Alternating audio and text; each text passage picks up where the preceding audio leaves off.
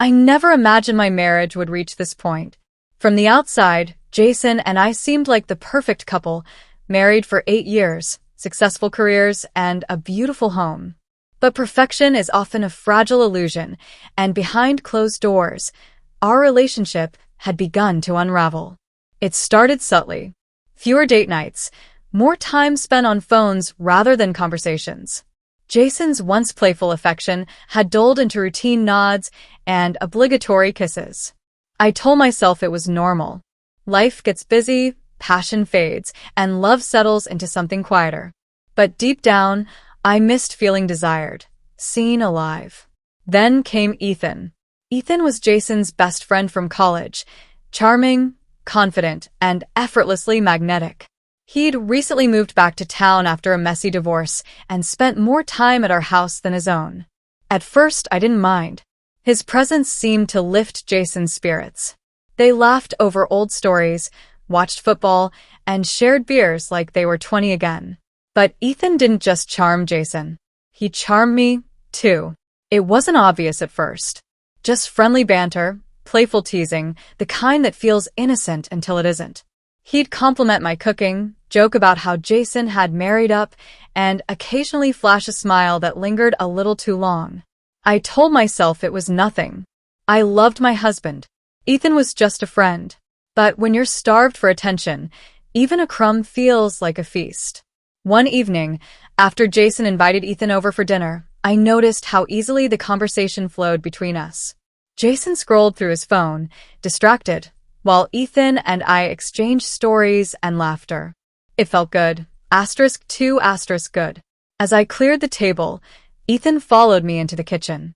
He stood close, his voice dropping to a quiet murmur. Jason doesn't realize how lucky he is. I froze, dish towel in hand. Don't say that. Why not? It's true. He held my gaze, the air thick with unspoken words. I stepped back, heart pounding. You should go. Ethan nodded, a knowing smile tugging at the corner of his lips.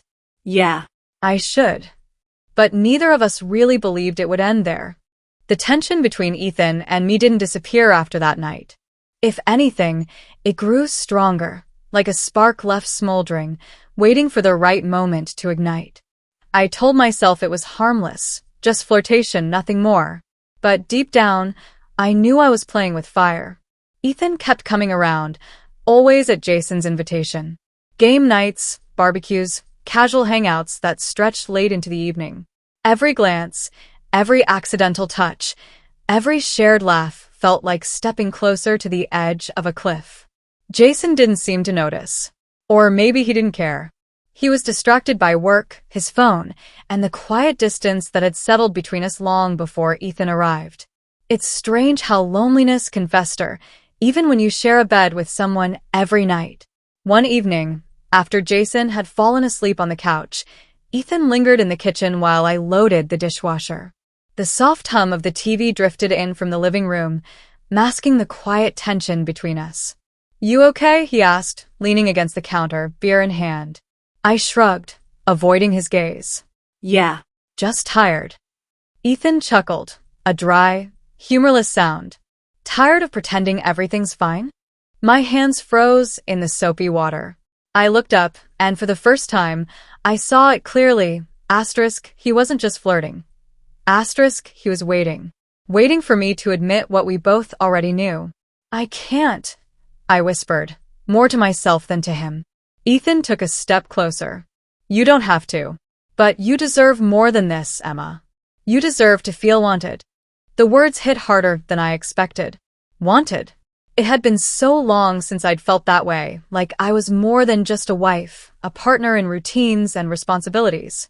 I stepped back, shaking my head. This is wrong. Ethan didn't move. Then why does it feel so right?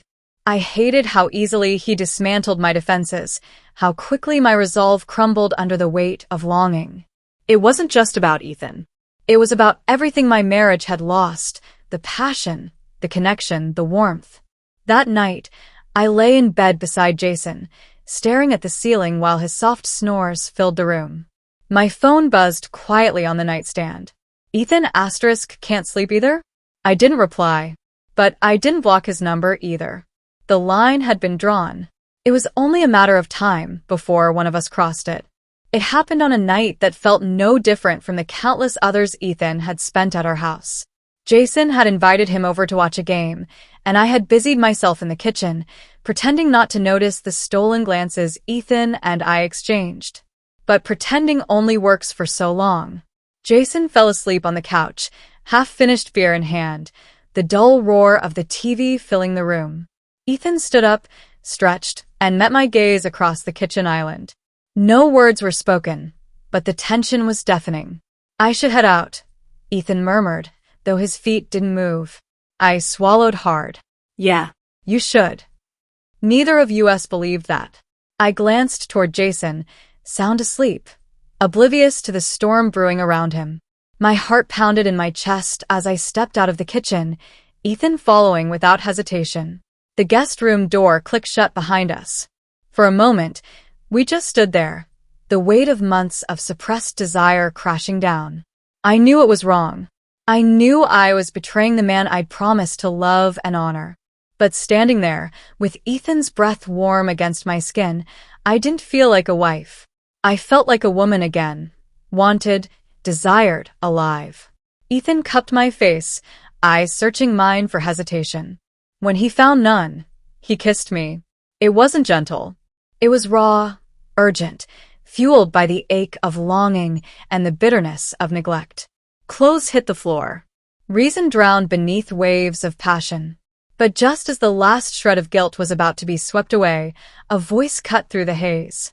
"Don't stop on my account." I froze. Ethan stiffened. Jason stood in the doorway, arms crossed, face unreadable. My breath caught in my throat. Shame. Panic. Fear.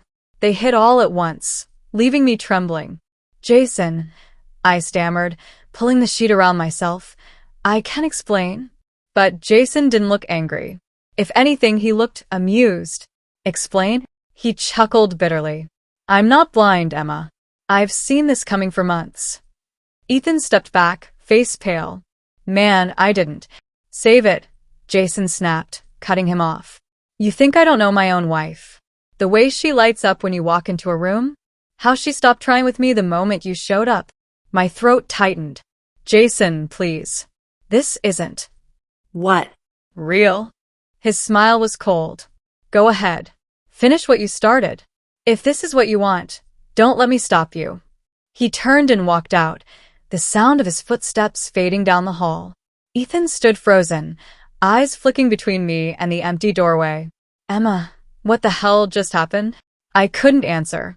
The passion that had felt so intoxicating seconds ago now curdled into regret. Reality had finally caught up with us, and it was far uglier than I'd imagined. The house felt unnaturally quiet after Jason walked away. The weight of what had just happened hung in the air, suffocating and inescapable. Ethan stood there, half-dressed, running a hand through his hair in frustration. "Emma," he muttered, voice tight with regret, "this wasn't supposed to happen like this." I didn't answer. I couldn't. My heart pounded in my chest, drowning out every rational thought. What had I done? What had we done? "I should go," Ethan finally said, reaching for his shirt on the floor. I nodded numbly, unable to meet his eyes. He lingered for a moment, like he wanted to say something more, but then he just sighed and slipped out the door. I sat on the edge of the bed, the silence pressing down like a heavy blanket. Somewhere down the hall, I heard Jason moving around, drawers opening and closing, the unmistakable sound of a suitcase zipper. Panic surged through me. I stumbled into the hallway, finding him in the bedroom, methodically packing a bag. "Jason," I choked out, "please don't do this. Let's talk." He didn't look at me. "Talk. Like you've been talking to Ethan all these months." His words cut deeper than I expected. I reached for his arm, but he pulled away, finally meeting my gaze. His eyes weren't filled with anger, though. Just exhaustion. "I'm not angry, Emma," he said quietly. "I'm just done." The finality in his voice hit harder than any screaming match ever could. "I didn't want this," I whispered, tears spilling down my cheeks. "I was lonely. We both were. Ethan was just there. Jason sighed, rubbing a hand over his face. Yeah, well, loneliness doesn't excuse betrayal. He zipped the suitcase and walked past me without another word. The front door closed behind him, and just like that, my marriage was over. For weeks, I lived in the ruins of what I destroyed. Ethan texted a few times, but I ignore him. Whatever connection we'd shared had been poisoned by reality. It was never about love. It was about escaping the emptiness Jason and I had allowed to fester. Eventually, Jason filed for divorce. There were no dramatic confrontations, no bitter fights over assets. Just two people signing papers, acknowledging that they'd lost something neither had fought hard enough to keep. Looking back, I wish I'd realized sooner that love doesn't just die. It starves.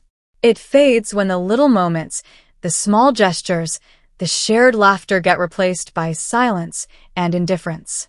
And when someone else offers what you've been missing, it's far too easy to mistake attention for affection.